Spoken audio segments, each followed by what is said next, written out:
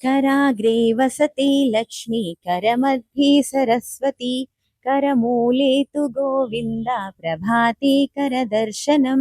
ఇది రోజు మనం ఉదయం లేవగానే అలాగే కూర్చొని ఇలా మన చేతులు పెట్టుకొని ఈ శ్లోకం చదివి లెగవాలి. దీని వలన అరచేతులు మన చేతుల్లోనే లక్ష్మీ సరస్వతి ఆ గోవిందుడు ఉన్నారు. ఇది చదవటం వల్ల మన డే చాలా పాజిటివ్ గా స్టార్ట్ అవుతుంది. ఎటువంటి డిస్టర్బెన్స్ లేకుండా ప్రశాంతంగా స్టార్ట్ అవుతుంది. దానితో పాటు మనం ఏది చేసినా చేతులతోనే కదా అండి చేస్తాము. అందుకే ఈ చేతుల్లోనే మన ఎనర్జీ ఉంటుంది. అందుకోసమే అది యాక్టివేట్ అవుతుంది. మనకు మంచి జరుగుతుంది. సో ఇది లేవడంతోనే ప్రాక్టీస్ చేసుకొని చాలా చిన్న శ్లోకం ఈజీగా వచ్చేస్తుంది. ఎవరైనా నేర్చుకోవచ్చు. ఇప్పుడు పడుకునే బోయే ముందు చదువుకునే శ్లోకం.